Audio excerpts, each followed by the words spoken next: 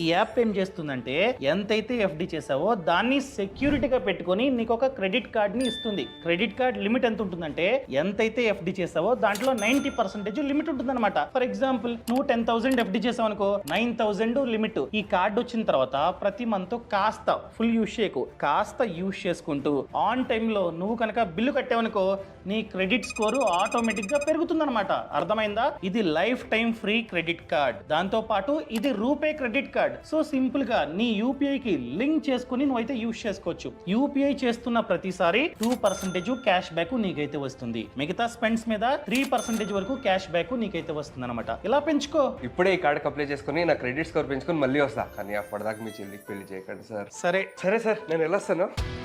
ఈ యాప్ ఏం చేస్తుందంటే ఎంతైతే ఎఫ్డి చేసావో దాన్ని సెక్యూరిటీగా పెట్టుకొని నీకు ఒక క్రెడిట్ కార్డ్ ని ఇస్తుంది. క్రెడిట్ కార్డ్ లిమిట్ ఎంత ఉంటుందంటే ఎంతైతే ఎఫ్డి చేసావో దాంట్లో 90% లిమిట్ ఉంటుందన్నమాట. ఫర్ ఎగ్జాంపుల్ నువ్వు 10,000 ఎఫ్డి చేసావు అనుకో, 9,000 లిమిట్. ఈ కార్డ్ వచ్చిన తర్వాత ప్రతి మంత్ కాస్త ఫుల్ యూజ్ చేయకు, కాస్త యూజ్ చేసుకుంటూ ఆన్ టైమ్ లో నువ్వు కనుక బిల్లు కట్టావనుకో నీ క్రెడిట్ స్కోర్ ఆటోమేటిక్ గా పెరుగుతుందన్నమాట. అర్థమైందా? ఇది life time free credit card. దాంతో పాటు ఇది RuPay credit card. So simple గా నీ యూపీఐ కి లింక్ చేసుకుని నువ్వైతే యూజ్ చేసుకోవచ్చు. యూపీఐ చేస్తున్న ప్రతిసారి 2% క్యాష్ బ్యాక్ నీకైతే వస్తుంది. మిగతా స్పెండ్స్ మీద 3% వరకు క్యాష్ బ్యాక్ నీకైతే వస్తుంది అనమాట. ఇలా పెంచుకో. ఇప్పుడే ఈ కార్డ్ అప్లై చేసుకుని నా క్రెడిట్ స్కోర్ పెంచుకొని మళ్ళీ వస్తా. కానీ అప్పటిదాకా మీ చెల్లికి పెళ్లి చేయకండి సార్. సరే సార్ నేను వెళ్ళొస్తాను. Boss wala. Be the boss.